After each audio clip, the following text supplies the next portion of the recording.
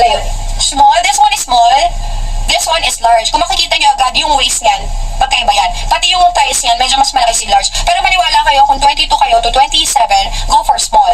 Kapag large naman, 28 to 40. Ulitin ko ha, sa mga medyo thick thighs dyan, hips, ginawa namin to for you, for everyone talaga siya. Universal pants talaga siya na sobrang comfort talaga yung pinaka-aim niya.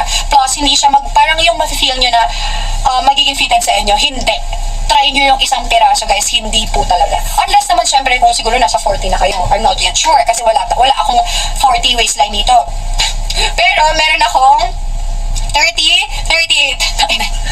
Shade ng large. Ano shade ng large? Pistachio. Ito,